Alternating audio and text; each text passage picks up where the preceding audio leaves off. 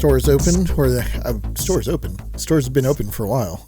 We're kind of we're at a slow spot here before the Saturday night rush, and really liking love the Halloween decorations. They're going to look better at night though, because of all our lights and stuff. Right now, there's still a little bit of we haven't reached sunset. Right. I love Halloween. I think it's the start of the holiday. I guess some people don't consider it a holiday, but I mean, come on. We do. I mean, it's from September until like I don't know, my birthday. It's like a holiday in that the weather's getting better. Our customer base, our rentals go up because people are having movie watching parties. Like school's back in. Everything, I think the mood in general is better because it's not 200 degrees in Texas, it's the right, I mean, like today was so good today. Yeah. I was trying to think, I was like, isn't Halloween the first, I guess, date that you get to start decorating your house? Labor Day for me, but, I would say like, I jokingly say Labor Day, but it's like I'm already got the Halloween decorations at home, like ready. If the city wouldn't give me crap about it, but I would say 1st of October, like decorations kind of go out, and then you get the transition into the Christmas lights before Thanksgiving, and then usually the lights stay out and through a little bit of January, and I don't know. There should be lights for like the entire season, I mean, that's why I like our neon signs, like at Top Shelf, because I don't know, I just like that look, the glow. There's something about it it's relaxing. I really like. Yeah, I think it just kind of takes you back. But we're gonna cover something that I guess will fit into the spooky season. I guess we'll see if it makes the Top Shelf or not. I'm actually very intrigued to get your impressions on this because we haven't talked about this, and that's true. Man, it has been a long while. So I do have some stories about this movie in particular that I will run across you, and I'll see if you have. Well, you were older, I think, when this movie came out. So, but before we get to the movie, just a couple things that what do they call that? Like, well, okay, even before that, because I can't remember to do this. My name is Eli. I'm co-owner. And I'm Jaime. I'm brother and co-owner. Yeah. Okay. We got to remember to do that. I always kind of forget because I was, it's like catching up with you, and it's like we're on the phone, but then at the same time, oh, I'm sorry, we're playing make believe. We're in the shop together, right? And I always forget to introduce ourselves because we're just in the store, running the store. But before we do that, there are some, I guess, administrative paperwork from some of the folks that were handed to me. But so paperwork wise, this month, I guess if you're listening to the podcast, if you're liking what you're hearing, and you actually want to see a more visualization of our pretend video store, the Video Crypt at the Texas Theater is open right now. It has been open for the past couple weeks, since the last week of September.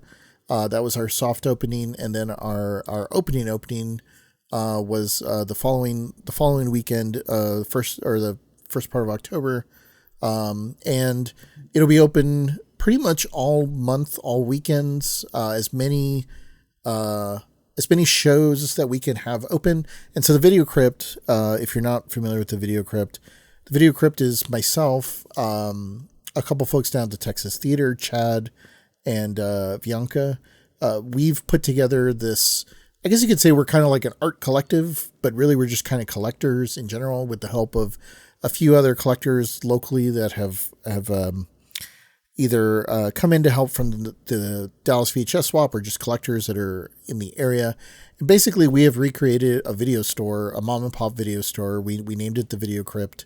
And it is upstairs in what is called the safe room at the Texas Theater. It's one of the, as soon as you walk in, there's a really cool neon billboard sign outside the Texas Theater when you walk in. Oh yeah, it's classic. It's so awesome at night, dude. It's beautiful at night. Yeah, it's such a great theater. I love the Texas Theater. It is the jewel, I think, of cinephiles and people that just love the genre of film. If you haven't been down there, you definitely have to go down to the Texas Theater. But as soon as you walk in, if you were to look straight up, as soon as you walk in, there's like a mini ceiling above you. Right up there, there is a room actually that is above your head that you may not realize, and there's some stairs up on the side, and you can go up there, and you can walk the aisles of a mom and pop video store, and we have parts of all our collections up there. We have a variety of genres that you can walk around, pick up some tapes, read the backs of covers, maybe give you suggestions for your Halloween season, and we have a lot of authentic original movie posters. Standees. We have a glass counter with like an original old school CRT that does work, and we can sell stuff out there. We usually have buttons, stickers, T-shirts. We've gotten books. I know Vega has she has her own little like why am I forgetting the name of a zine? She has her own zine. She usually has those for sale up there. There's just a number of things, and if anything, it's just kind of cool to check out. It is free. There's no admission. It's just something that we wanted to give to Dallas. It's very similar to Slashback Video out in LA, which does something very similar out in Burbank, and that one's super awesome. It looks super cool. It's very horror themed. Ours is it's a little bit just broader. We do it for, like I said, the month of October, and so. You got another 2 weeks to check it out. Come down to the Texas Theater. Check it out. You got the websites or Instagrams I think it's just, to share? Yeah, I think it's just Texas Theater, texastheater.com. And I guess you can probably just look up the address. I think it's on Jefferson downtown, but you can look up the safe room at the Texas Theater. But yeah, actually, glad you brought that up too. TexasTheater.com. Yeah. Yeah. And there is now an Instagram for the Video Crypt. It's Video Crypt TX, which is for the Video Crypt. You can also follow the Safe Room and the Texas Theater on Instagram. Those are all the places you get all the good goods, all the info you need for that kind of stuff.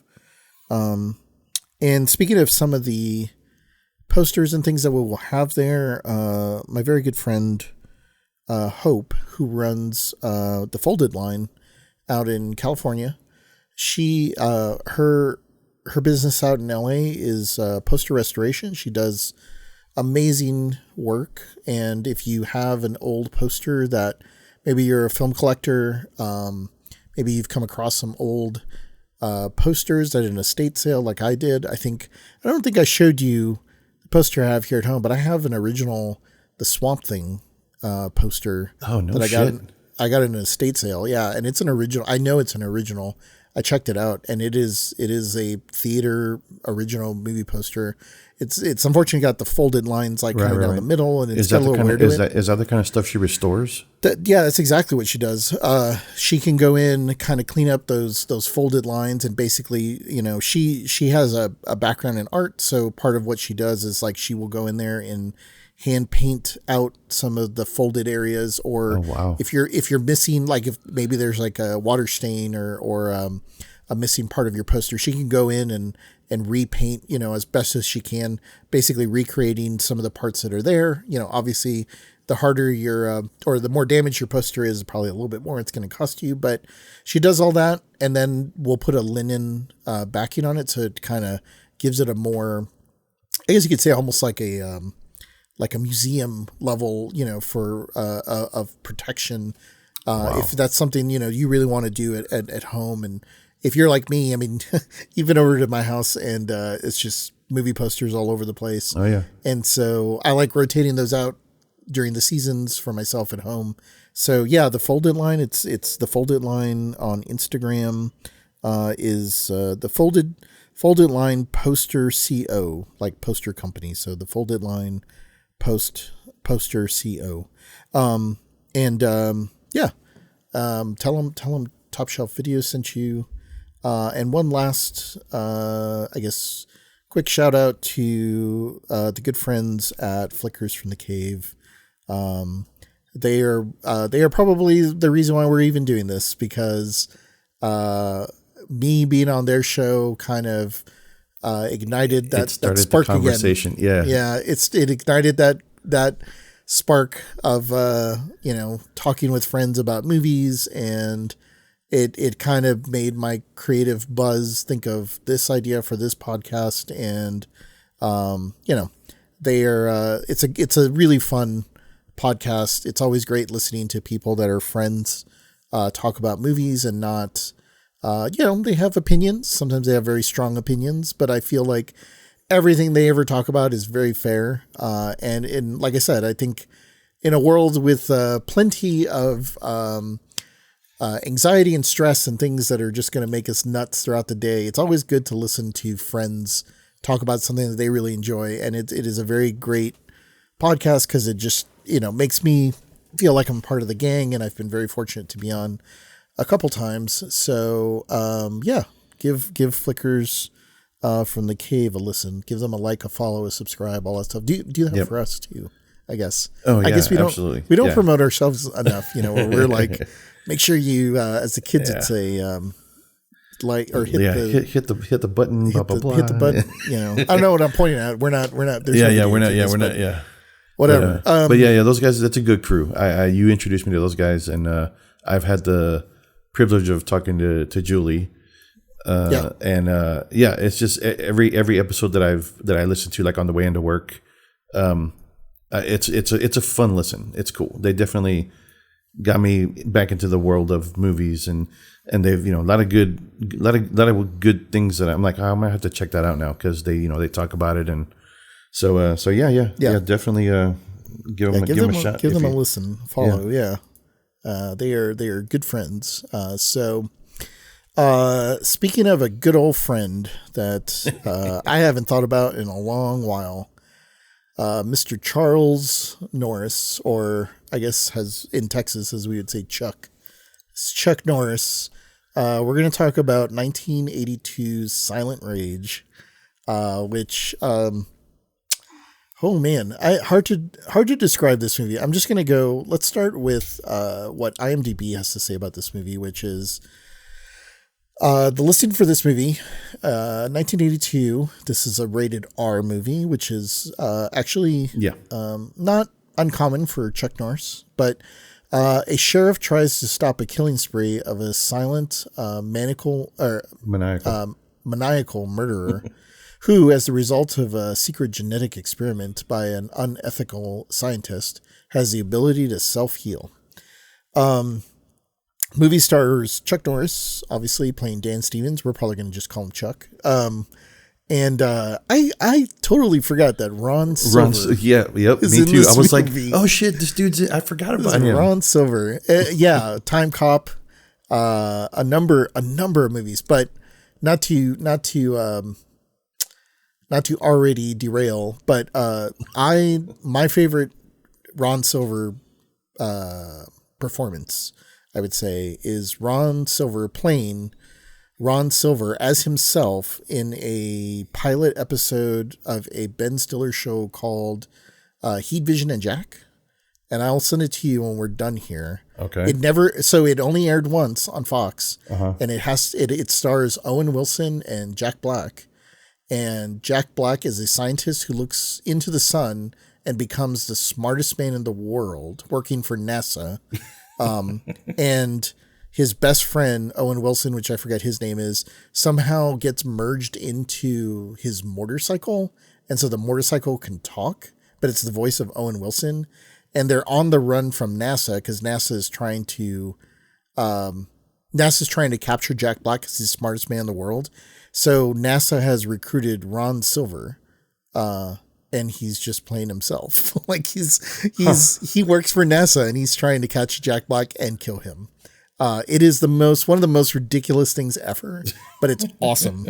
And the fact that he plays himself and he's like dead serious is my favorite performance. But That's outstanding. there's a number of people in this that I would say probably the our main killer, John Kirby, is the name of the person that will be the villain of this movie. I don't know if you remember him, that character. He was very, very young in this movie, but did he look familiar to you? The guy who, not at all. He was in the Shawshank Redemption. He was one of the he's one of the prisoner guys. Right. Well, yeah. I mean, he was. I'm trying to remember. I forgot what his character is, but yeah, he was the older guy, because that was way later. This is 82, so yeah, he was Floyd, I think was his name. He was one of the close, like he was in the group that the guys that all ate together. Yeah. But yeah, if you look at his face now, you would be like, oh, it's that guy, because he had a very interesting kind of look to him. The guy, John Kirby, or the villain. And then the other characters, I think the only other famous one amongst the group would be the guy who plays Dr. Paul Vaughn, who's kind of the ultra geeky kind of guy with the glasses. Yeah. And he kept questioning whatever. That's William Finney, and he was. I don't think I don't know, so I'll just ask you, but have you ever seen the Phantom of the Paradise? No. Okay. We'll watch that one. That one is, it's a Brian De Palma. It's very interesting. I think you'll like it. But this guy plays the Phantom in the Phantom of the Paradise. But he also, he was also like in, I'm trying to remember the Tobe Hooper movie, The Funhouse, which I liked him in that too. This guy also has a very unique kind of look to him. Let's see here. Yeah. I mean, that kind of covers the, he definitely has the geeky scientist look for this movie. Yeah. Cause he's one of the three. Yeah. He's one of the big three. Yeah. It's kind of funny. So this movie feels like a very low budget sort of movie. Slasher. Well, it's interesting because I will tell you that the movie is listed as a action, drama, crime, comedy. What the hell? Yeah. I had not noticed that. I had to think about it, and I was like, I don't know if that's accurate. And then as we started watching the movie, I was like, okay, maybe I guess we could say that that's what this is.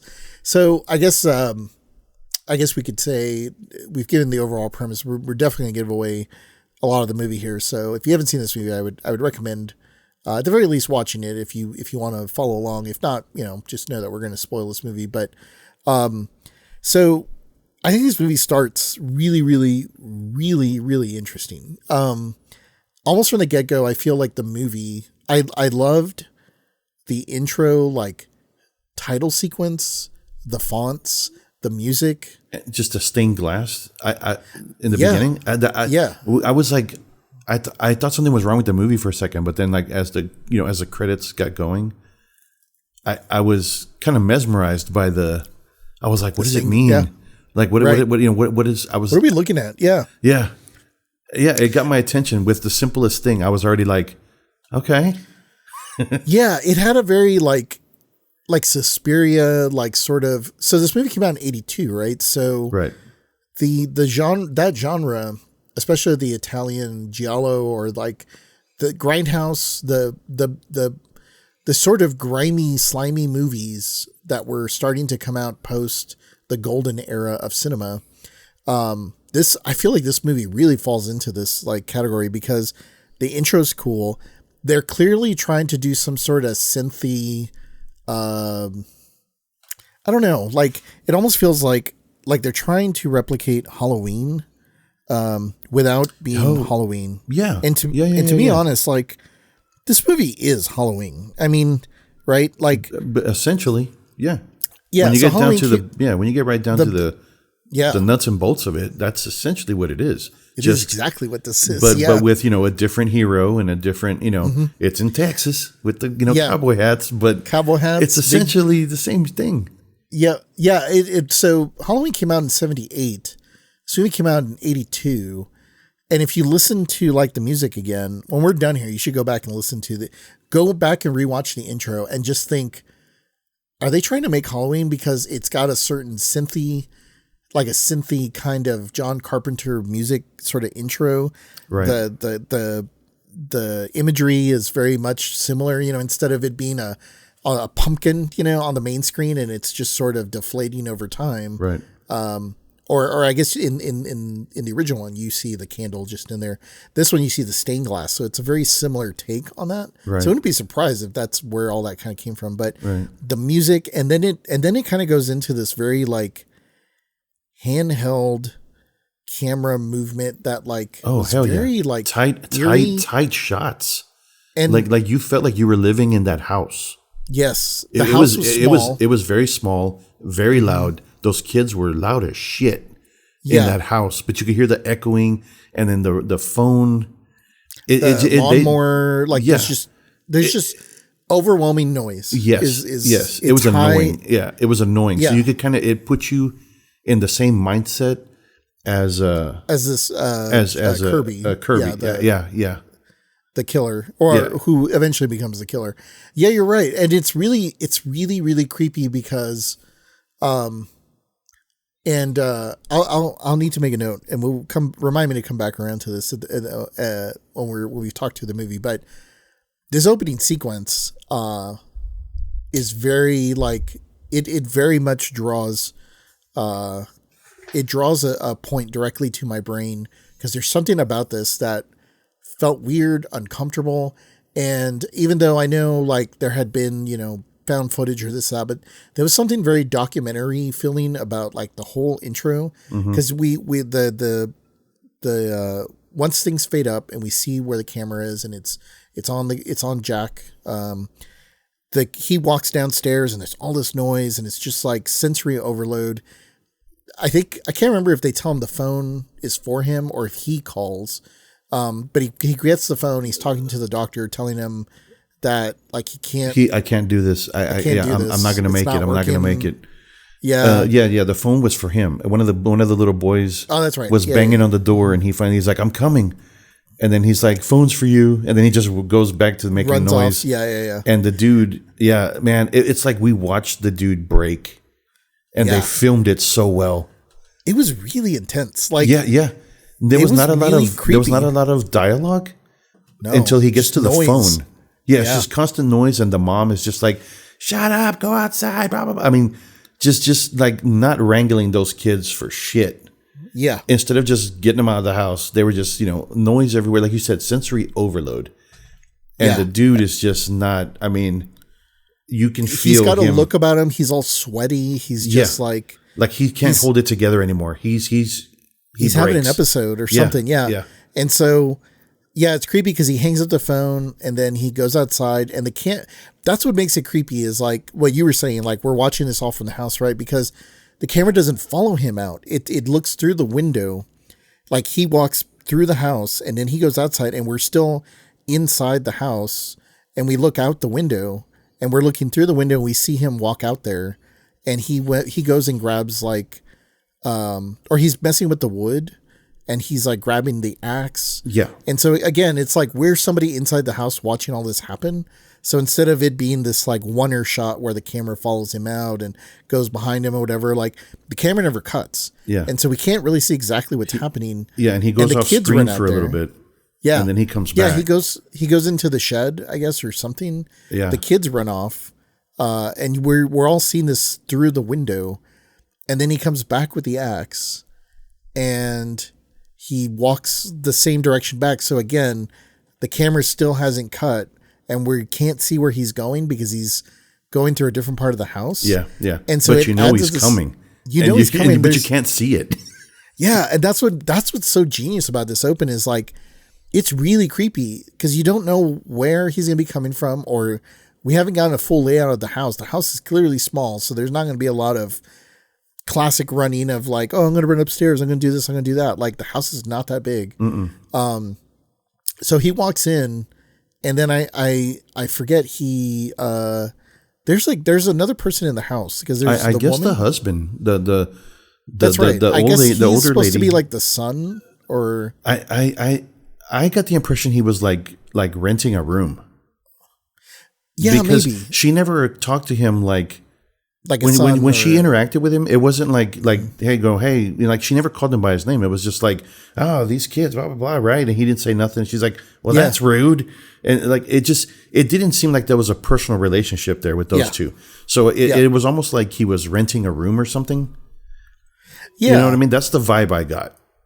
I could see that. Yeah, I'm not sure either what exactly was going on there, but you're right. Like that could have been the case. Like whether it was a rental or something, or maybe because he was a patient. So maybe it's sort of like a halfway house or something, but possibly.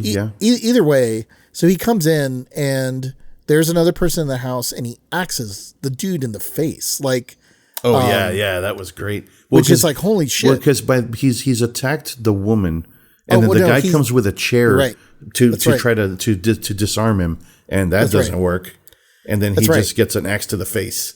Yep, that's right. Awesome. He comes into the kitchen, he scares her, and she runs upstairs. But then that's when the guy comes in with the chair, and tries to like WWE, like the guy on the back, and like does nothing and axes him. But and then right after that, she runs into the room, locks the door, and he starts axing the door.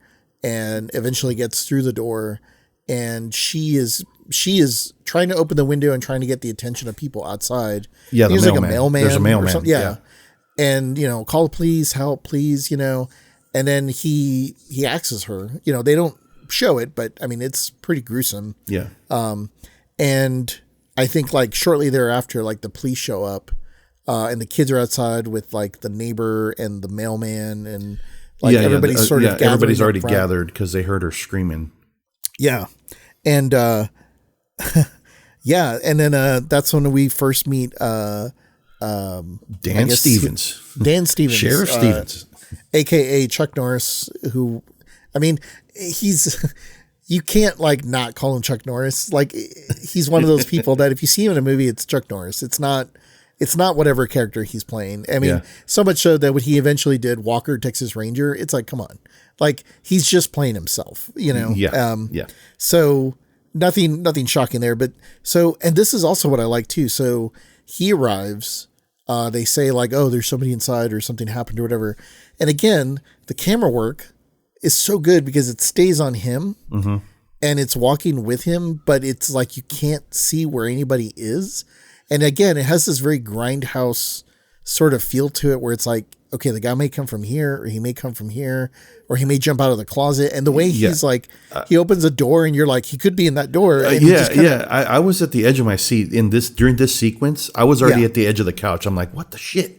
It was because, and the way it was filmed was, again, with the tight rooms and the tight angles and everything. It was just, there was no room for hand-to-hand combat, like in that whole area. Yeah. So I was just like, this dude's going to jump out of the fucking, like anywhere.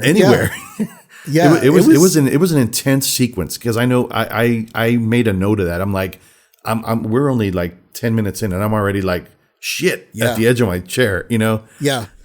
It is easily by far the most horrific or most horror based element of this entire movie.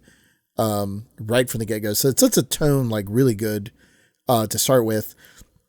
They eventually like sort of get into fisticuffs, and then Kirby makes a run for it, and he arrests him a little ways from the house, and of course Chuck Norris. I guess I'd have to think. At this point, like Chuck Norris is pretty well known because he has done movies with Bruce Lee and all kinds of things, So of course he has to show off like the roundhouse kicks and everything. The sweep the leg, Johnny. There was plenty of those. The skills he's got to display his karate skills for sure.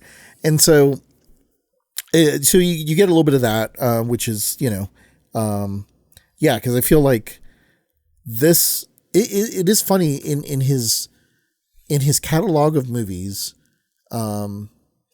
This is like the start of what eventually a ton of his movies will be, like Delta Force, Invasion USA, Missing in Action. All those movies, they kind of come right after this movie.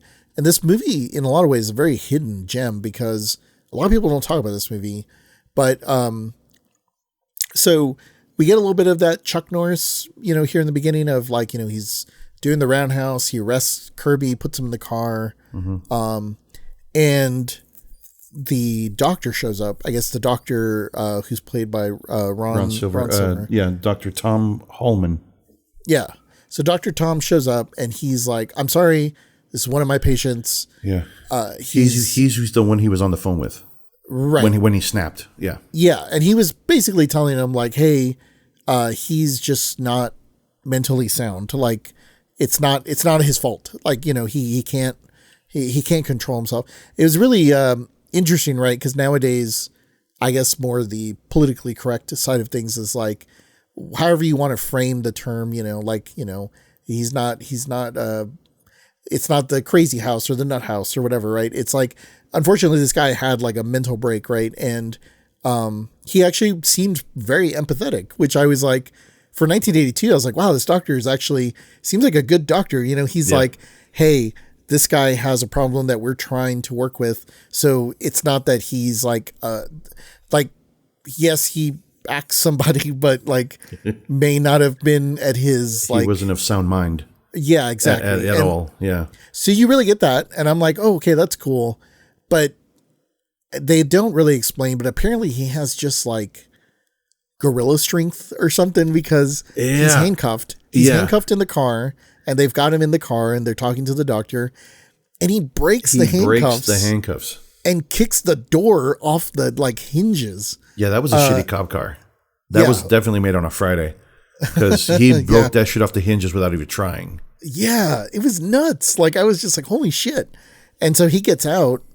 And I guess he's like, because his hands are free, he starts, I think he attacks somebody. He attacks multiple cops, multiple sheriff or deputies. Oh, that's right. Because that's how he gets his hands on a shotgun, I think. Or that's right. Because they're all trying to take him down. Yeah, yeah. And somebody like hits him with a shotgun, but that isn't not effective, right. and that's right because Chuck and Ron are off to the side, sort of talking or whatever, and then there's like a slow-mo of like, no, don't shoot him. Don't shoot him, and too late. And they just fucking blast the shit out of him. Like, it's like, goddamn, like, I know he's a threat, but like, they just went all out. Yeah, like, yeah. They unloaded squad on him, pretty much. Yep. So it's really funny because like, that's the end of like effectively the opening sequence, which is very intense, very well filmed. Like, you're ready for like this wow, this is gonna be an interesting like horror thriller sort of type of movie, right? And then it cuts to them like in the doctors are in like their lab, and it is like the most low budget piece of shit looking lab. Like it feels like something from like Reanimator or something, where it's like it feels very low budget because it's like, wait, where are we? What's going on? Like all of a sudden now they're working on some science or something, and Kirby's laying there. Yeah, I did notice that because like they had like gauze and they're just like dabbing the top and they're like, get the blah blah blah. And I was watching what he was doing and he was just like dabbing he wasn't doing surgical anything. It just he was just kind of like moving his hands on the body to kind of replicate that he's doing something important, but he wasn't really. And I was like, what's going on here? Yeah. And I was just like, what are they doing? Like, he's fucking he's been shot up to hell. And like, you can see like, I mean, at least in the back of mine, cause it seemed like there was like green lights and the beakers and kind of sciencey sort of stuff. Yeah. More laboratory than surgical. Yeah. And they're trying to, and I get that that's part of what they are, because I guess they're more like scientists, but also like scientists / medical people. But so I guess they took the body there for whatever reason. They don't really explain that very well. Yeah, it wasn't a hospital. No. I remember them saying it's like a research lab. Yeah, and I was like, wait, so why? Oh, that's right, because they said they don't normally do something like this. When Chuck Norris was talking to one of the doctors, somebody, they were saying, we don't normally. Oh, because it was the doctor that was checking him out. about Right. his. I mean, he's like, you got some bruising, blah blah blah. We You'll don't be normally fine. we don't normally do stuff like this, but I guess this little Texas town has a research facility, Yeah. out in the middle of nowhere. So Yeah, which it's like, okay. yeah, and they're doing lower like property tax or some shit. I mean, yeah, whatever. I guess it was the 1980s Elon Musk, I guess back then or whatever. But so they're the doctors are talking about, oh, we're losing him. It's like, I'm pretty sure you lost him, but Yeah, he'd been gone. yeah, they're trying to like keep him alive, and then they're kind of going back and forth, and they're talking about stuff. And one of the doctors talks about how like, oh, we can try the whatever serum on him. And Ron Silver's like, no, we can't. Like, that hasn't been tested. Hasn't on been humans. tested. Yeah, that's right. It's unethical. We shouldn't do that. He's like, well, he's already dying. Like, Yeah, he's dead already. Why what not? does it matter? Yeah. Like, and so you're kind of like, okay, like if whatever, I guess it's the kind of joint that we're running here. But so they inject him with this stuff, and I guess it sort of keeps him alive. And then they're like, oh my God, he's like, he's alive and it's doing the thing. So they don't really explain much what's happening there. And then the movie just kind of keeps going. Right. And then I guess Chuck Norris shows up because he needs, I guess he needs the body, but he also needs a death certificate. So he's following up with them, I guess, to, hey, what's kind of going on here with whatever. And, it's funny because the doctor, or Ron Silver, comes out and he's kind of telling him like, hey, I feel terrible about what happened. I wish we could have saved him. Yeah. He should have been in an institute. He should not have been out. He was more of a danger to himself than anything else. And I feel terrible. And, like he's basically saying like, we should have had him in the nut house. Right. And it sucks that he wasn't, and that, he was killed. And so, Chuck Norris is kind of like, well, these things happen, I guess, kind of. Yeah. And he's like, I'll need the paperwork or whatever. But he runs into like somebody who works there, a woman that works at the institute or the lab or whatever. Right. The short, Allison. Allison, the short brunette. Yeah. And this is where the movie gets kind of weird, because then like Chuck Norris turns into this like bumbling, like college frat guy, where he's like, let's be honest, like Chuck Norris is not like, he's not known as a romantic, right? Or what you would call an actor. He's like, he's an action guy, right? Like, that acting thing. Yeah. We want to see him like do roundhouses and front kicks and right. Sweeping, like leg sweeps and stuff like that. He like tries to turn on this charm with this woman, because I guess that was his ex. Right. They sort of give you the impression that there was a former relationship. So yeah, probably the ex, but he gets real like goo goo gaga with her. It was terrible. he was so bad. Like, it's amazing how bad he was trying to be like smooth. Yeah. Smooth he was Chuck. not Rico Suave at all. No, not at all. It was Rico Roundhouse. Yeah. And so it was really funny, because then like, where the movie sort of quickly transitions into this weird sort of comedy, like rompy, because then I guess we also see the deputy, Chuck Norris's sidekick. Yeah. Which I remember him from like Animal House. Animal House. Animal House. That's where he's from. Yeah, he has a very particular look. He's the kind of the overweight sidekick who's just no confidence, doesn't know how to handle a gun. Yeah, has no business in law enforcement, but he wanted to be in law enforcement for whatever reason. Which, just so that this is a video store classic, in the sense of like, whoever paid to have this movie made, they were like, well, we need a comedy element, so let's get that guy. Let's make sure we have an action guy. Let's make sure we have a horror. Let's just get all the genres together. And they went to the extremes of all of those genres, because this guy, if you see his face, you would know him from like tons of 80s comedy type movies. But like you were saying, Animal House is probably the most popular one of that group. Right. But he had all the real corny lines and stuff. So we're kind of introduced to all our main characters right at the beginning. And Chuck Norris is hey, well, he runs into this woman and he's like, hey, deputy so-and-so, like, you go back to station. I'll get a ride. Don't worry about it. Whatever. Yeah. And so it's just Chuck Norris and this woman, and she slaps the shit out of him like really hard. Yeah. Yep. And you're just like, what is going on? And he's just like, how you been? Yeah. Like, yeah. And then you're just like, what is going on? Like, this is so weird. Clearly they've had a relationship and he's trying to put the moves on her, like at the place. And then like the next scene, they're in bed. Like, it's like a little sexy scene where they hook up like almost immediately. Yep. And I'm like, what is this movie? I don't remember any of this. Like, this is so weird. Like, yeah, the way that the flow of this movie just kind of goes is so bizarre.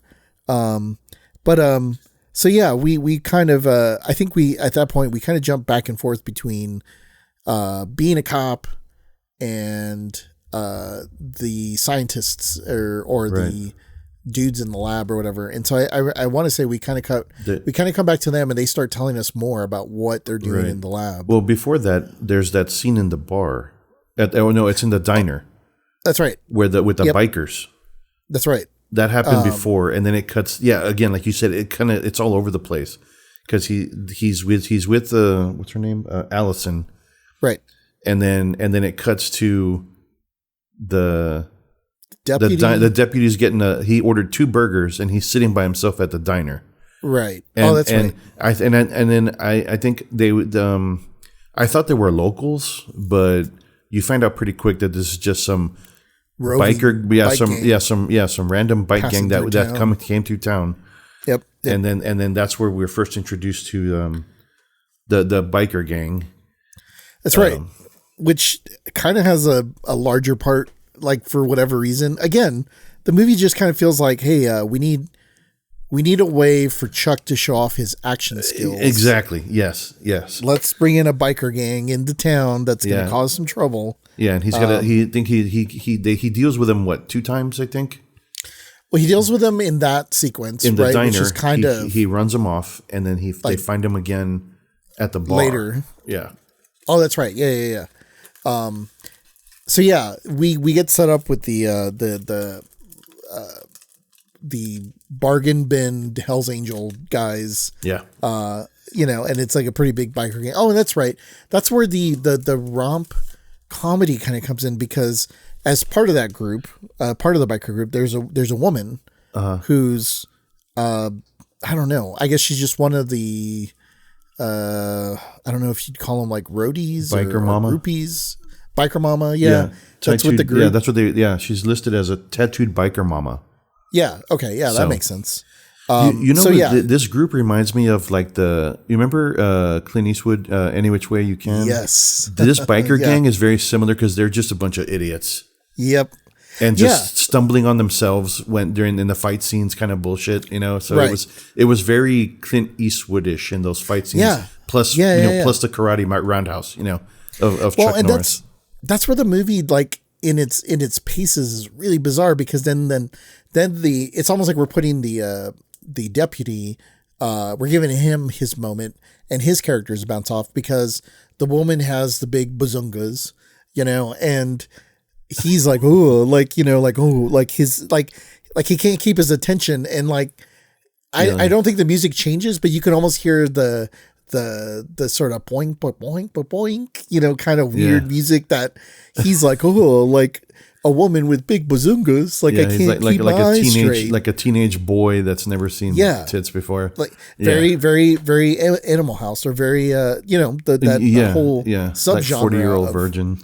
Yeah, the whole subgenre of those types of movies, in the 70s and 80s, where it's like, a woman on roller skates and she's got a very tight shirt or whatever, and there's always the one guy who's like, what? And you can hear the boing, his eyes are just And so when that happens in this film, I'm like, what the fuck? Like, what is this? And then that's when Chuck comes in and kind of saves him, because they basically start bullying the deputy. The deputy, yeah. And then Chuck kind of comes in and he's, like, you don't want to mess with the law, or yeah. like, he's very Judge Dredd, I am the law, sort of thing. But yeah, so that whole sequence plays out. And then we go back to, he beats them up and he runs them off and they're like, this ain't over yet, sucker. And then they leave. And then it's like, okay, they'll be back later. Yeah. And so we go back to the scientists, and then the scientists are having this big discussion on like the morality of like, hey, we shouldn't like be doing this with this guy because this isn't, I don't know. It's a weird conversation of like, we're going to win the Nobel Prize because this is going to save lives and get rid of diseases. The conflict is between Ron Silver's character, Dr. Hallman, and then Stephen Keats is the actor that plays Dr. Spires. Mm-hmm. Those are the two that are on like opposite ends. And then the guy you were talking about, William Finney, Dr. Vaughn. Yeah, Phantom. Mm-hmm. Yeah. He's the one who's kind of in the middle. He's like, just tell me what you want me to do. Yeah. Like he didn't give a shit either way. He's like, he's the guy in the middle. He's like, what do you want me to do? Like, he's literally like, at one point, he's got like the needle in his hand. He's like, am I doing this or what? What are we doing? Yeah. Come on. He's like, he's just listening to mom and dad argue, you know, he plays that character really well. Cause he, as a type character, he is in a lot of those types of movies, where, I know like in the Funhouse, he definitely has like that sort of zaniness about him. So like, you have these like sort of pseudo drama type characters, and then you have like a zany guy in the middle. The lighting's all weird. They're trying to figure out what they're going to do. And Ron Silver eventually tells him like, no, we can't do this. Like it's not of the natural order, or I forget what, Yeah. He gives him the ethical speech, this isn't right. And then, do this. And then Spires does the dramatic, he takes the surgical thing off. He's like, puts his head down like he's defeated. He's like, all right. I'll turn it off. I'll shut it down. He's very like Bones from Star Trek. Damn it, Jim. I'm a doctor. Yeah, we could save lives with this. Yeah, very much. But he definitely has the mad. Of the three, he's the one that's got the mad scientist vibe. Right. Like, Dr. Frankenstein shit going on. Yeah, and it's funny when you say that. When he takes off like his mask and stuff, it looks like he's wearing a wig and like a fake mustache, and it's like, man, they really made him to look like the villain type character. Yeah. If you were to tell dark, yeah. If you were to tell a kid like, "Hey, go draw me a villain," they would draw him because it's just like he looks like a stereotypical, and the villain. Wig or whatever just looked weird, like. The whole thing was just kind of weird, but I mean, I kind of liked it. And so Ron Silver leaves to go do time cop stuff or whatever it is he's going to go do. And then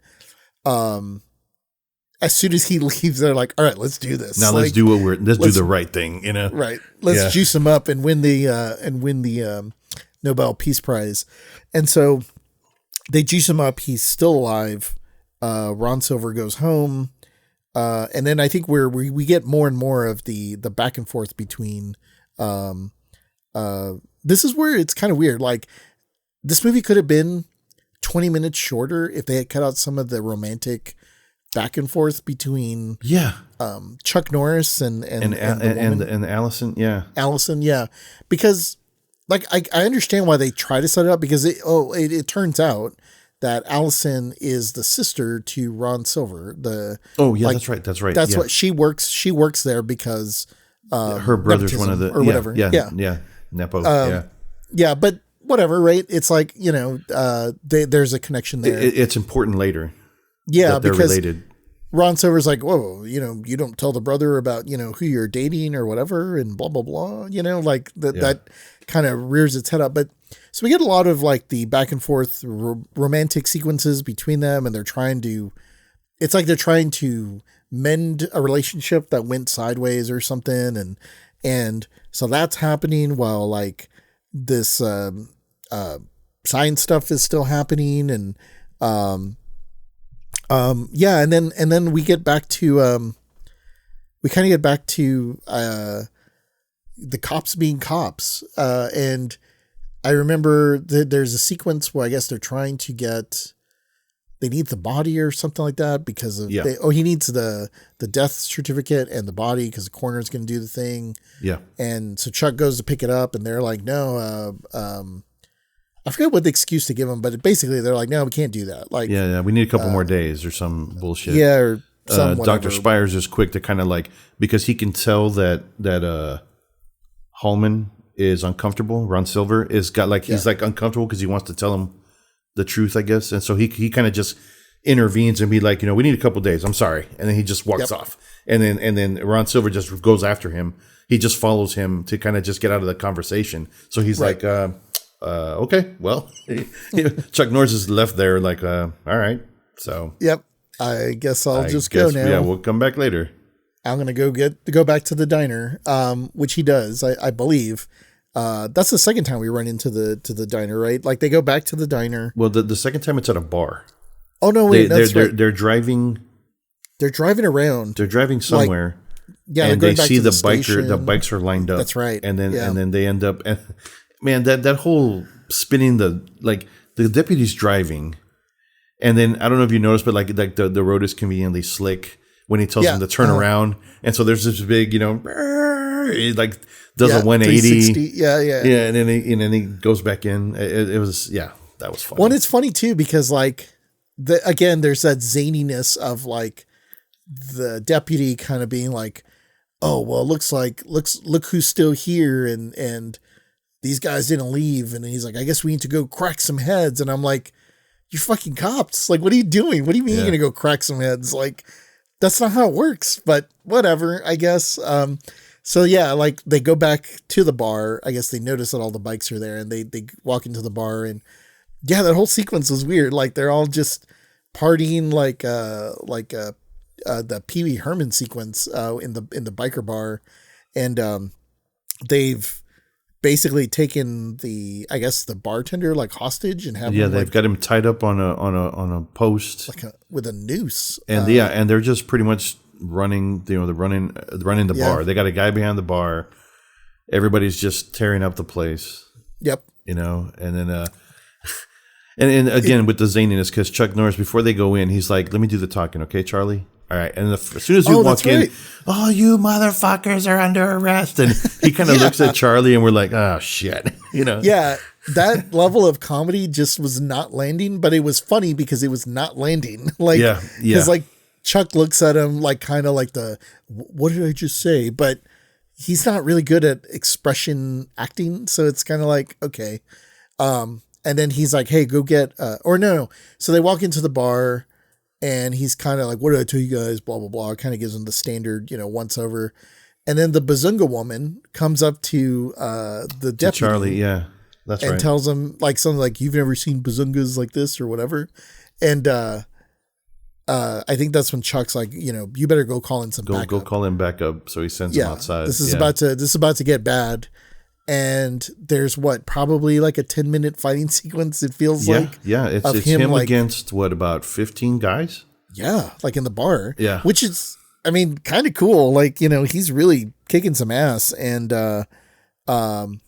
doing all his classic moves. It's like the greatest hits of Chuck Norris's, his repertoire of karate front moves, kicks, roundhouse kicks. I mean, every kick you can think of. Yeah, leg sweep. Yeah, throws him on the bar. Like, just a variety of moves. Which I remember as a kid. I remember being like, "Oh man, it's so cool."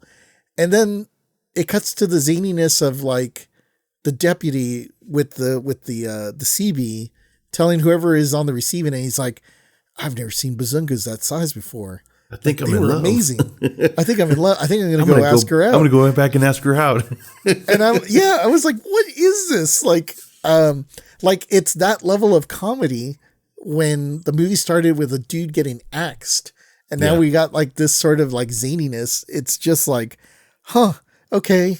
And then there's like that really cool stunt where I guess there's a bike inside the bar. Yeah. And the biker guy like tries to escape. The leader tries to escape, and then he gets a karate chop to the face, gets knocked off the bike, and then the bike goes through the glass. Oh, yes. Yeah. And then Charlie's out there, oh shit, oh my God, back up, Nanny, back up. Yeah. Like he totally has spaced out this entire time. So yeah, it's a very weird, like, back and forth bounce between those things. And then I think at that point, like, basically Kirby, the killer, it almost seems like a lot of that was there just to fill in some time. And then all of a sudden it seems like we come back to the original movie where, like, now Kirby has been brought back to life and they're showing Ron Silver. I believe they're showing him where they're like, look, like, they're like cutting, they bring him back. Yeah. They're cutting him open and showing, look, he's like self-healing. Like, this is amazing, you know? Like they overdosed him so much with that experimental serum that now he just, instead of healing in hours, it's literally like right after he cuts it, it heals. Yeah. And of course he's like, what the shit? You know? Yeah. And so he's like, oh my God, you know, what is this? And I remember, if I remember correctly, I think Ron Silver leaves, goes home. He's not down with this. They have there's a fight in that sequence where they're kind of like, Spires is like, you know, I'm the boss here, get the fuck out. And that's right. So they leave on hostile terms. Yeah. And so, you know, and it made me wonder if Spires sent Kirby to go. Right. Because they don't explain that. That's right. He just shows up. We go back into this horror movie, which is cool because you see Ron Silver at home, which he has this really nice house. Yeah. And then we're outside the house in this like point of view, sort of camera view. And it's like we're stalking him. Right. And then we see Kirby come into the picture. Yeah. And you're like, whoa, like we're back into this like horror movie because he's being stalked. Yeah. And he's there with his wife, and his wife's, you know, like, oh, let's get some dinner. And you know, he's like, oh, I've had such a long day. Why don't we have some pizza or something? And she's like, okay, fine. You know, I'll go get the pizza. And he goes down to his fucking dark room, which is awesome. Like, I wish I had a dark room. Yeah, that was cool. Yeah. So yeah, he goes down to his dark room, I guess, for his hobby, and he's doing stuff. And then like, I guess he hears noises and he's like, oh, is that my wife? And so he's calling for his wife, and no, I don't know what that is. And, that's right. Yeah. Nancy. Yeah. Yeah. Nancy. Lo and behold, like Kirby comes in, the killer. Yeah. And kind of, you know, just stalks like Ron Silver. He starts chasing him in the house. And it was funny. I was going to mention, I don't know if you noticed, but like, you know how you were mentioning when that scene begins, it's kind of like the camera angle or the view, the perspective is like we're the ones stalking. And then Kirby comes into the picture. But then once he enters the house, it's almost like we're now Kirby. Yeah. The point of view changes because then you start seeing like the hand, like it's you, because he goes and he like turns the knob. Like the transition was so smooth. Again, this is very like Halloweenish. Like, yes, absolutely. You know, that opening sequence with the kid in Halloween, like it's almost like, if I had to guess, they were sitting at a table and they were like, I want to remake Halloween with Chuck Norris. It's going to be awesome. Yeah, make it happen. And the money people were like, okay, but what if we put in a little bit of, we can get this comedy guy, you know, this guy from Animal House, and we can slide that in. And I've got some stunt actors who can do this and that or whatever. Let's work all that stuff in. And it was like, okay, sure. So like this, it almost feels like this movie was like cobbled together, right? Just like at a table. Like one guy had a vision, and two or three other people like were like, well, I'm putting some money into this, so I want to make sure that there's boobies. And so like I got some of that. And then the other guy's like, I got a comedy guy. And then the other guy's like, oh, I got the, you know, this or that. And like the horror guy who had like the original vision's like, okay, I guess, whatever. Can I make my movie? Yeah. Make the check out to blah, blah, blah. And I'll figure out where I can put that in. Yeah. Cause again, that whole sequence when Ron Silver gets killed, it's really intense. Like, yeah. It's the really horror good. Parts of this movie were really good. Very good. The shit that they had to put in between to check the blocks for whoever the hell at the you know higher level film guys. Yeah. Okay, I guess, you know, but if you take all that out, the horror shit was really fucking good. Yeah. And so Kirby ends up killing Ron Silver. The wife comes home. Oh man. So the wife comes home with the pizza and she's like, oh, nothing.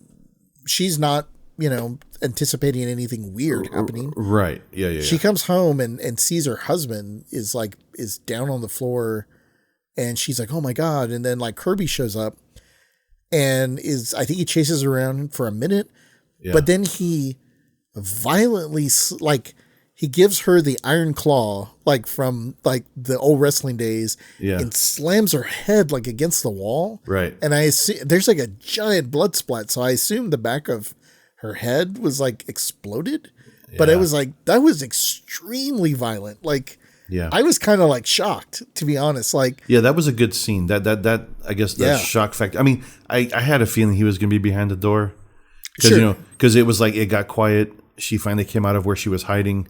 Right. And it looked like she could make a run for it. And as soon as she closed, the door closed behind her, there he is. And just bam.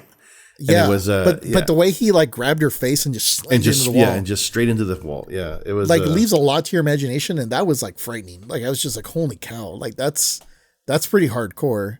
And so, Kirby goes back to the facility and basically this is where like, I feel like the movie starts like where he goes back to the institute. He starts murdering everybody he comes across. Right. He kills the zany doctor. Yeah. Who sees that's him right. Because he was gonna they were gonna kill him off. He came back after murdering. Yeah. And so then they're gonna kind of just they're cleaning him up and they're like, okay, well we need to stop this because we're gonna get found out. Right. Right. And then we're not going to win a Nobel Prize because we have a murderer on our hands. Right. And I think between Spires and what was it? Dr. Vaughn was the other guy, the zany guy. So they decide they're gonna fill him with a syringe with acid because they were surely this will kill him off. We just need to end this. Yep. And then that's where it doesn't work, and Kirby confronts Dr. Vaughn in that little like underground hallway. And he just he ends up stabbing him with the acid. That's right. No, he grabs they're fighting for the needle and then he stabs the doctor in the neck and he's done because it's acid. That's right. Yeah. Yeah, and then Spires eventually finds him and then he runs off because now by that point Kirby's in the facility just killing anybody he sees. Right. And that's right because he snaps his neck.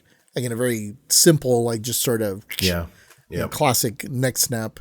And let's see, at that point, I think before that, what was her name? Nancy goes home to pack her shit to go on some quick vacation with Chuck. Right, because they decided I got a place in the mountains. Let's go. Yeah. Now he's got a place in the mountains. So they decide they're going to run off. They're going to get away, and then she goes back to the house. Apparently, she lives with her brother, and she finds the bodies. That's right. Yeah, that's right. Yeah, you're right. And so she's freaking out because like her brother's dead. Her brother's been murdered. Her sister-in-law's been murdered. Chuck shows up and he's like, "Oh, what the hell? What's going on?" Yeah, because he was going there to pick her up. That's right. They were going to meet there. And he's like, well, that's not normal. This isn't what the heck's going on. So they don't know who did it. Yeah, they never find Kirby. He runs off in the background. They never see him. Yeah. And so I think they say like, oh, let's get her. Again, this is what's kind of weird. Let's get her to the institute. And get her sedated. And it's like, wait, and get her sedated. It's like, wait, why wouldn't you go to the hospital? Like, why are you going to the institute? Like, that doesn't, whatever. Yeah, it doesn't make sense. It's kind of like at this point, whatever. So they take her to the institute. It is the deputy's job to protect her. And then I guess Chuck's like, well, I'll meet you up there and we'll figure out what the heck's going on. We'll do our work here, they say he's a sheriff, right? I wasn't sure if he was a sheriff or a Texas Ranger, but he was a sheriff. He was a sheriff. Yeah. He's a local sheriff. So everybody goes back to the institute. they don't know that it's Kirby that's doing all this. So they go there. She's there to be sedated. I don't know if they give her something. They ask for something for her. But I don't know if they give it to her. But yeah, Kirby ends up murdering everybody again. Like I think he just kind of appears and starts taking out people, like just starts killing everybody, and runs into the deputy, and in a classic like 80s move does the I don't know if I ever understood this, and I guess bear hug or something. Yeah, like the classic bear hug that kills you. It breaks your back. Yeah, but I'm not sure how that kills you. I mean, I can see where it would paralyze you, but apparently in the 80s, it's fatal, I guess. Yeah, I guess we just didn't have enough milk or something. You know, it kind of makes me think like when our parents would say like, "You're gonna break your back or you're gonna break your neck and die" or something. It's like, well, I mean, you can break your neck, but it doesn't necessarily mean it's gonna kill you. I guess. I don't know. But you know what? It was during a time period where it's like anything could kill you, I guess. So he gets bear hugged, and it doesn't kill him right away, but it does kill him. So Chuck eventually shows up, and he's now he comes in to try to help out the situation. Finds the sister. I keep forgetting her name. What is it? Irene. Or Allison. Allison was the love interest. That's right. So he comes. Allison's like now on the run because Kirby has seen her and is going after her. Chuck shows up and deputy is dying, and he's like, I've my time, it's like a day from retirement or whatever the fuck he was like getting at. They have like that moment where he's like holding him, like he's dying in his arms, and it's like, it'll be okay, Charlie. And I was like, there's people getting murdered everywhere, but you have time to put your deputy in the arms and kind of like, it'll be okay. And then he dies in his arms all dramatically, and, so like that just enrages Chuck. Like that gets Chuck so pissed off. So now he's got that real intense Chuck Norris look about him. Now shit got real because Charlie's dead. Yeah, it's very this shit just got real moment. Yeah, for sure. And so basically, I think that just kind of leads to the end fight, right? Where they basically they meet up. Yeah, they start fighting. They fight right outside. Kirby has the upper hand. And that's where Allison's in the truck and manages to knock Kirby off of him. Like she hits him with the truck. That's right. And then Chuck jumps in and they're trying to get away. Kirby shoots him. That's right. Right? Yeah. He shoots him first. Like he almost unloads an entire clip on him. Yep.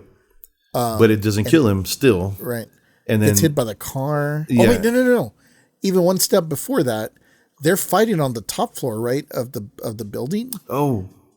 Yeah. Because they're fighting, you see some fancy Chuck Norris moves, and then he kicks him out the window. He kicks him out the window, and then that's why Chuck goes outside to confront them. Like he goes to look for the body. Dead. Yeah, and then he reanimates.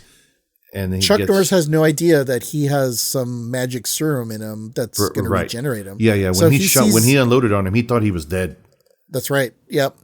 And he falls out the window, and he's laying flat on the ground, and he thinks he's dead. He's not. Alice hits him with the car. They think he's dead. He's not. And so they both get in the vehicle because he's not dying. And that actually leads to a really cool sequence where like they're driving off in the Bronco. Yeah. And he grabs from the bumper. Yeah. That whole sequence was pretty cool. That stunt sequence was really cool. And it looked like, I mean, if it was a stunt guy, he looked like Kirby. I mean, I don't know if it was Kirby doing it. Right. I don't know if he's got credits as a stuntman, but it looked like him in that whole sequence where he climbed up, got through the back window. That was impressive. That was a cool that was sequence. That was a really, really cool sequence. I had a note about that too, because he was like, I mean, the guy had like super upper body strength because he's like pulling himself like up the back of that Bronco with just his arms. And I was like, wow, like which is cool because it leads to like Kirby jumping in the back of the vehicle, and then they're fighting now inside the vehicle, and Alice gets thrown out of the vehicle. And that's right. Chuck, he jumps out. He jumps out as well. And then the Bronco goes over a cliff. It rolls and it explodes. And then Kirby comes out on fire and jumps into the water. Right. And then he comes out with the classic. Him off. Yeah, it comes out with the classic, like, you just see like the eyes come out, and I thought they would have given him some burnt special effects or some prosthetics. Healed. Oh well, shit. Yep. No, that's right. He healed. That's quickly. right. He healed. Yeah. But none of the clothes was burned. Yeah. I noticed that. I was like, well, none of the clothes is like singed, you know? But I was like, whatever. Yeah, they may have filmed this movie in order because they're like, look, dude, we ain't got no budget left. Like, let's just get to the fighting. Let's get this movie over with. Yeah. So he comes out of the water, and then they start fighting, and he gives them the old karate chop, and that is very classic Chuck sequence where he's doing all the moves. And it's pretty cool. And then there's a random well nearby, like a big deep well. Yeah, I don't know why, but it was conveniently placed. Yeah, it was. Yeah. And so they're fighting, and you're thinking like, okay, and again, Chuck doesn't know this, but we've already tried shooting him. We've hit him with a car, caught him on fire, flipped the car over. He was filled with acid. He may have been shotgunned at some point. I don't know, whatever. So I guess the next best thing you could do is throw him down a well and hope for the best. So the movie ends with Chuck like doing some pretty badass karate moves, but also just like WWE, like, I don't know if it gives him the people's elbow or the people's flip all or kinds something. Of shit. It definitely had like the ending of like the final round of Rocky. It's like, the final and the last couple punches, and finally he falls back in a overly dramatic, like half flip back into the well, and then he just kind of falls. Chuck kind of just falls over exhausted. Allison comes up and she's like, "Is it over?" And then he's like, "It's over," and they just kind of get up and walk off, and it's just what, and then and again, and it really makes me think that the vision holder of this movie was a horror fan or knew what they wanted, because it's like it ends, the camera kind of goes down the well, and you're like, man, this well's like super super deep, like, so the assumption is this guy's never going to be able to get out. So he's good. He's dead. And then there's like a Friday the 13th, like pop out of the water. Yeah, and then a freeze frame jumps out of the water, and it ends like that. It's and like, it was definitely very, the movie's over. Very horror, 70s horror ending. Yeah. And the end. Yeah. I read there was supposed to be a sequel. Okay. So I looked it up. He had wanted to do a sequel, and it just never happened. So it's interesting because I did look up, there is a movie that's called Silent Rage 2 that was made in 2007, but I think it was made in like Uganda. So I don't think it's the same. I'm pretty sure Chuck Norris isn't in it. So. Yeah. But man, I would have loved, I will say this. If you wanted to, okay, let's say you and I watch lots of movies. I say if we ever wanted to do some random, like, hey, let's make a sequel to a movie or whatever, we should do this movie, because it's like what's my math here, like 45 years after the fact, or 44 years after the fact, we come back and the dude's still in the well, like, and you pull him out, like, that's it. Shit. Just pick it up from there, like, Chuck's still around. He could be a retired sheriff, right? We can use somebody else, at this point. Yeah, he's like the retired, like he's like the governor or whatever at this point. But I don't know. This movie was a trip, man. Like, I will say a couple things before we get into our back half. So something that you may not know, but I do remember. So I remember watching this movie as a kid. I don't know if you remember watching this. I'm almost positive. I do. We watched this at Theo Eddie's house. Yes. This movie came out in 82, so I probably would have been around 6, 7. We watched this movie way too early, I remember. I do remember that. Yeah, most of them we did. This movie, for me, are you familiar? We may have said this before. Are you familiar with the term kinder trauma? Like kinder, like a kinder egg? Like kinder as in the German, like, what is it? Kinderwasen? Like, or child, you know? So Right. Kinder being child, and then obviously trauma being traumatic. Right. Kinder trauma is like the term of like when you're, and it generally pertains to a lot of, in particular, I think people of Gen X, but I mean, this could really be anybody, but I think the term tends to fall a lot in Gen X because we grew up with movies like Silent Rage.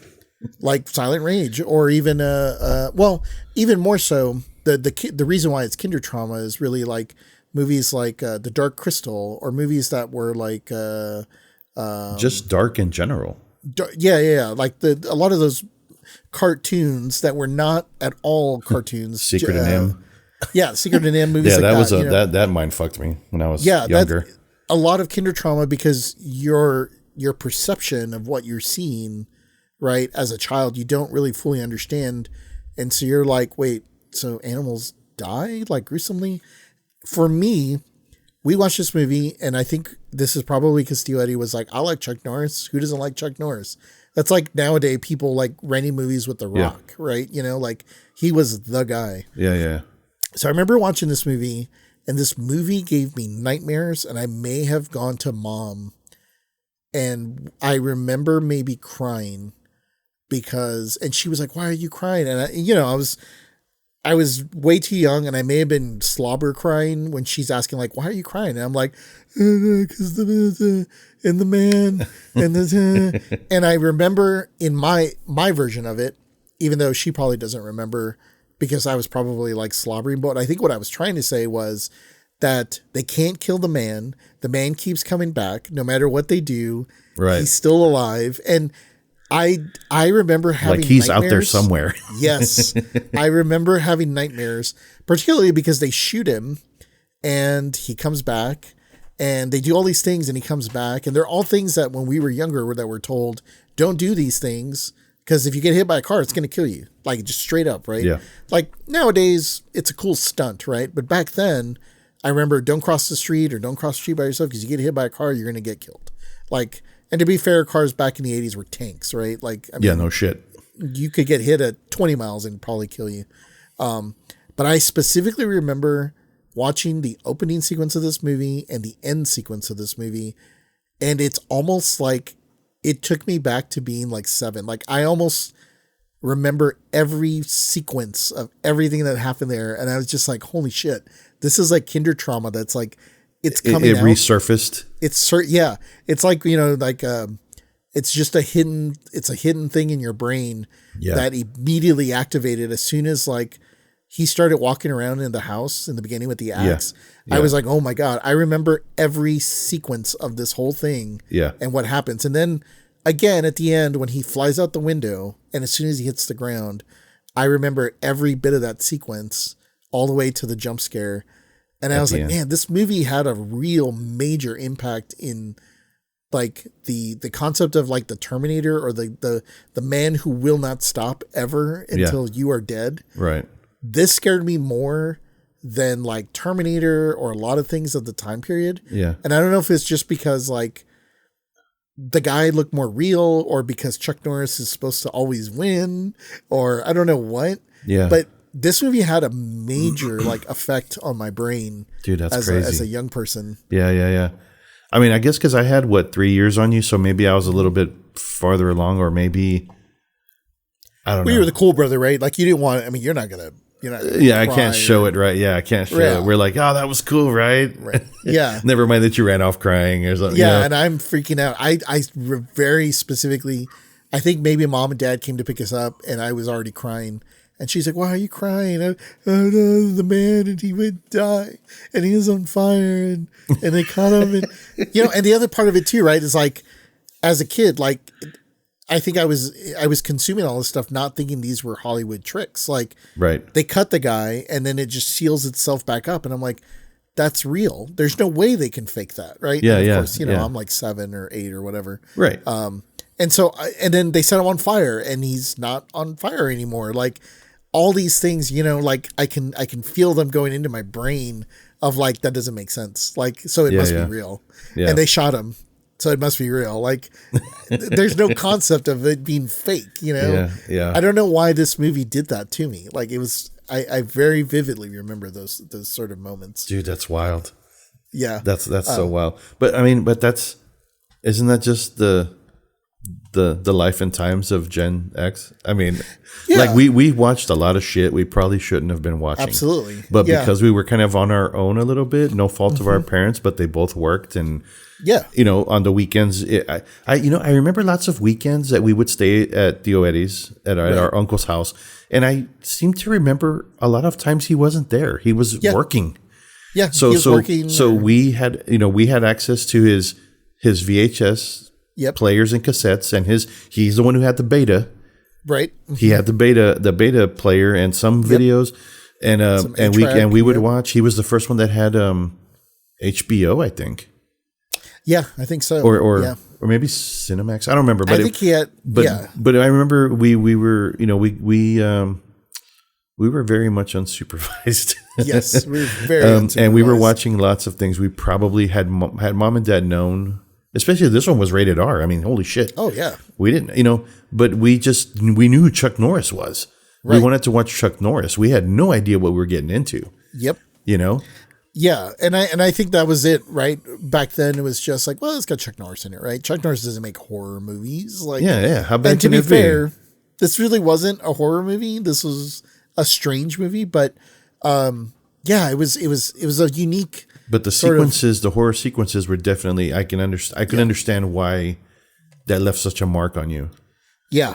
Because those parts of the movie were done really, really well. Yep. That was before we were introduced to, some of the older, now, like you said, now, because, Halloween, everybody knew that Halloween was horror. Right. You're not watching that. It's a killer with a mask. But we, and little did we know that what we were watching was basically somebody's vision or interpretation of like Halloween, because those like those camera angles and all the eerie music, the synth music at the end, right? We didn't realize that we were watching Halloween. Yep. Yeah, we were watching Chuck Norris. Without a mask, it feels more real. Whereas, like with a mask, it feels like, ooh, it's the boogeyman. I'm scared, right? Yeah, but you can dismiss it. Yes, but this guy had like the crazy look in his eyes, like when he goes after. When Allison discovers the doctor and his wife's the dead bodies, and he's there, and he's kind of just like on all fours, very primal, kind of like a crazy like a chimpanzee or something. Yeah, and he's just kind of doing low this to the ground. Low to the ground, and he's looking at her like with these crazy eyes, and that felt very fucking real.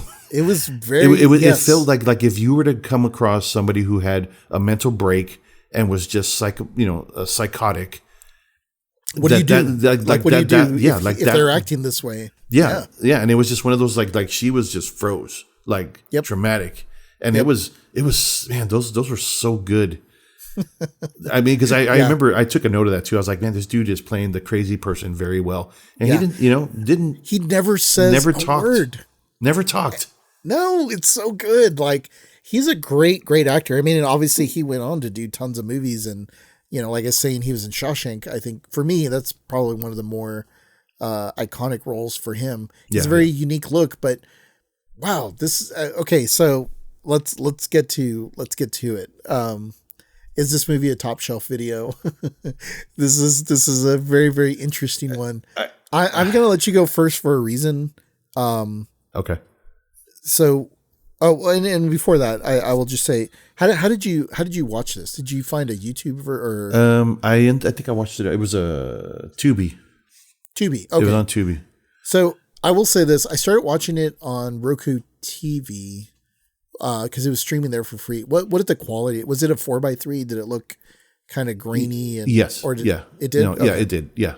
So I was wondering. I was like, man, is this movie even because it was available for streaming on a lot of platforms like Tubi, Roku TV, and a couple other places. Yeah. It didn't look great, and I was kind of getting a little frustrated because I was like, man, it looks really bad.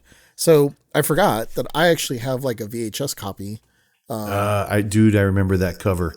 The Kirby's eyes, yes, are iconic. Yes, this is a weird cover, and this is probably like a second edition because. So if you look at the poster for this, the poster, the original poster, which I actually kind of like, has. It's Chuck mostly Norris just Chuck Norris with a hat, right? Yeah. But it off has to the corner, same eyes. Yeah. Yes. Off to the side that has the eyes with like a little, what do they call it? Like a heartbeat monitor? Yeah.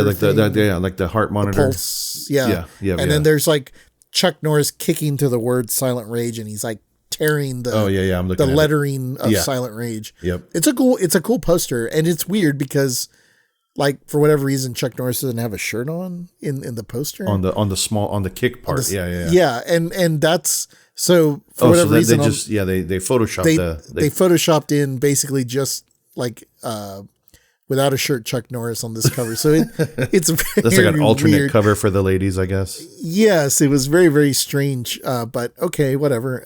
Yeah, because that doesn't give off sheriff vibes at all. No, it doesn't. And it doesn't speak horror. It doesn't. Again, even with the original poster, I'm pretty sure Theo Eddie probably rented it because it's like, well, it's Chuck Norris, wearing a cowboy hat. Like he's gonna fight people. Like I'm sure it'll be fine. Yeah, it was not fine for me, but so yeah, let's talk about whether we think this is a top shelf video or not. What are your thoughts? What are your impressions? What do you think? First thought is yes, top shelf video. Because I, like you say, I know I've gathered that a word that I like when you use it. To me, this is quintessential, right? Chuck Norris, that horror. I'm gonna look past the whole comedy part of it, or the attempt at the comedy and the bad attempt at the romance part of it, right? The horror. I remember this movie as being a horror movie. Mm-hmm. It's Chuck Norris. Yes, it's a Chuck Norris movie. But I mean, I think overall there's not a lot of martial arts in it. I think it does have those sequences. The like I said, I think the biker gang was in it just for that purpose, to give him something to kick at. Right. Because Kirby's in and out, and clearly because this guy does not die, he is stronger than Chuck Norris. Yeah. But you can't have him stronger than Chuck Norris because it's Chuck Norris. So he's got to kick around the biker guys. But but you know, I like the horror quality of it. I'm a Chuck Norris fan, obviously. Yeah. Of course. And my vote is yes. It's top shelf quality. So I'm really, really torn because like when you and I were, talking about what movies we want to watch, I was like, oh, we should watch this one. Haven't seen this in forever. Like I said, and I think partly because of the kinder trauma of it all, right? Like I remembered one thing and it came back again. But then when the comedy and the other weird stuff happened, I was like, what is this? And it kind of threw me sideways because I was like, I don't remember any of this. Right. But as a young person, probably, again, I was awkward with women. So whenever like bazungas are on the screen, like I was like, oh, I don't know what to think, as a young person, nowadays it's kind of like, whatever, right? Those are some pretty good tits, I guess. Yeah. But, that kind of threw me off, but I still loved it still had the qualities of things that I really liked about it. I will say, without trying to get too much on a tangent, you had mentioned when we did our tank episode, you were like, oh, I should watch Pentagon Wars. I watched that last night and it made me think of this movie without giving that movie away too much. But when I was describing earlier of like, there's a guy who has an idea and a plan and he's like, here it is, here's my movie. And then three other like rich guys are like, but we gotta have this. Why don't we have some comedy? And then he's like, what's big right now? Bazungas. That's like a thing we need. The kids love the bazungas, Yeah, those are box office numbers guaranteed. Yeah, that's a 20% sell up, That's what this movie felt like to me. And so there's a part of me that says yes, and there's a part of me that says no. I can understand that. I completely understand that. Yeah. So because it's our store and we can do whatever we want. So I'm going to make up a thing right now. I'm just going to make it up. Throw it at me. What do you got? We have Top Shelf Video. And I think that these are movies that I think that, that we are going to always really try to sell, not necessarily make tons of money, but we think this is something that people should watch. I think people should watch this, but I'm not sure everybody should watch this. So I want to create what we'll call like Top Shelf Selects. And the idea here would be, if we get to know regular customers, this is almost going to be like a premier tier, sort of, almost. And again, I'm making this all up right now, so my head's kind of spinning. But I like the idea of like, let's say we have some regulars and they're like, man, I love this and I love that, and Steven Seagal and a little bit of, Van Damme or whatever. I feel like this is like, hey, have you ever heard of Silent Rage?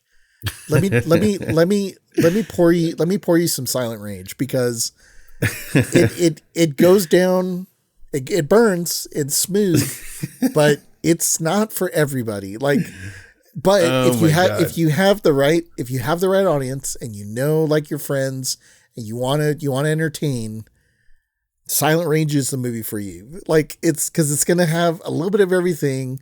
And you're all going to, at the end of it, being like, what did I just watch? Like, it's not to be like B movie, but it's because, I mean, like I said, those horror, like we were talking about, those horror sequences are really good.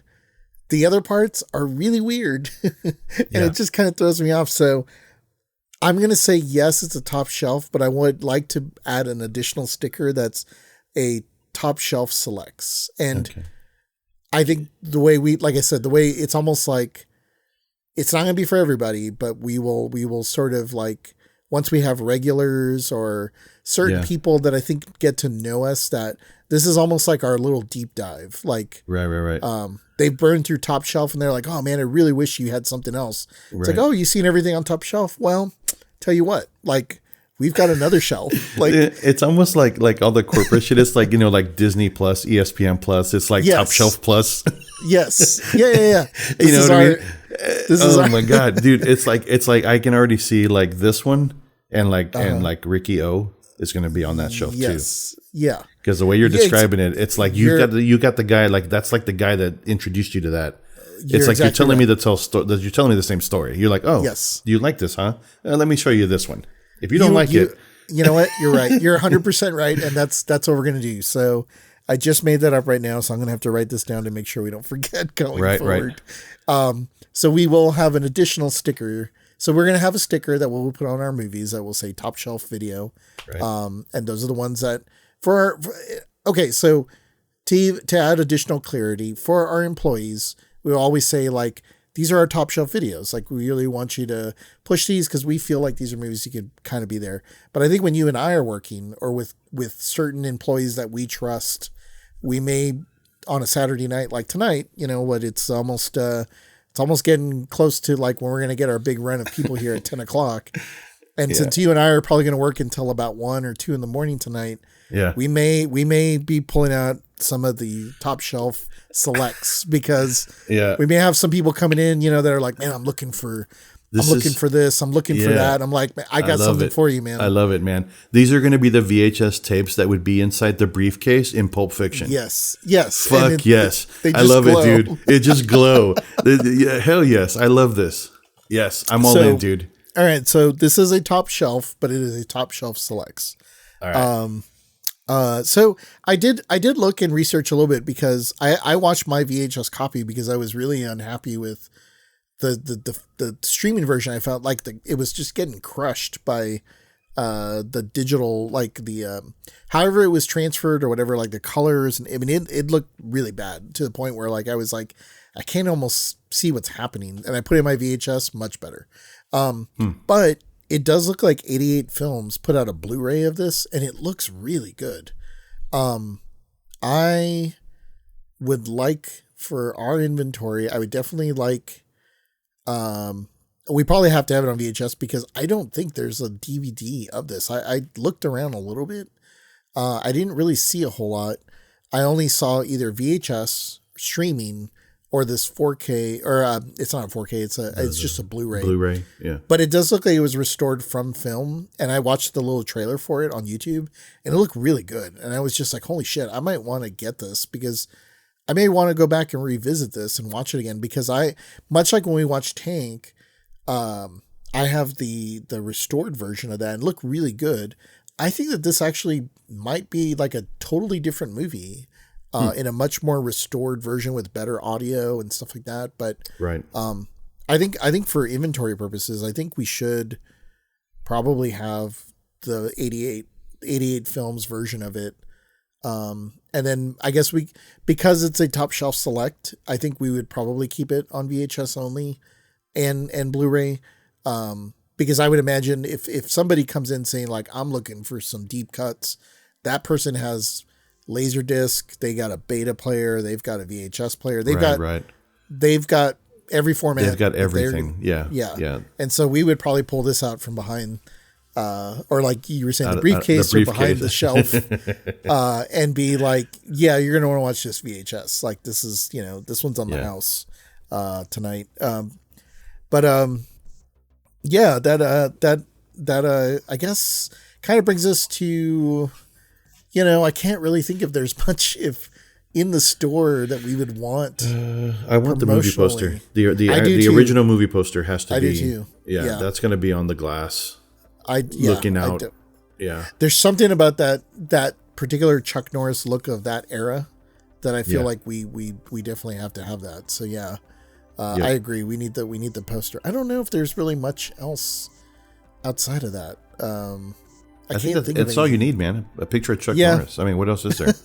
That should draw in the crowd, right? Yeah, that alone will. Yeah, rental sales will be up about 150,000%. Yeah, there you go. Yeah, it's Chuck Norris.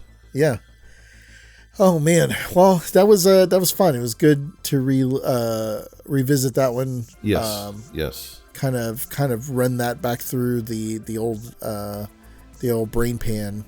I brought up a lot of memories watching that this afternoon. So, well, all right. I think we need to start getting ready for. We're going to get the big rush here. This is the October rush. People are going to be coming in. We'll be on the lookout for somebody who wants a deep cut. Maybe they will be interested in, in this one. But yeah, let's get things situated. Let's make sure that we're stocked up with plenty of candy for everybody. Yep. Yeah, it's really. I don't like candy corn. Are you a candy corn guy? No, I hate that shit. I gave it a fair shot. But yeah, no. I can do the circus peanuts. I can do that. I can do a little bit of that, but then it starts up to a point. Yeah. After a while, it's like you're just lining your stomach with. Shit, it shouldn't be lined with. But all the different chemicals or whatever, the orange number. What would he say in Die Hard? Like the orange number 5 or whatever. Like all that shit you don't need. Yep. Well, yeah. Let's get the candy restocked. Let's get everything ready for Kick on the lights. Open the doors. Yeah, it's gonna be a late night tonight. We're working. You and I are working till 2. So. All right, well, let's get back to it, and we will talk to everybody else at the next work shift. Everybody have a good spooky season, and we'll see you at the next episode. Alrighty. Sounds good. Man. Later. See ya.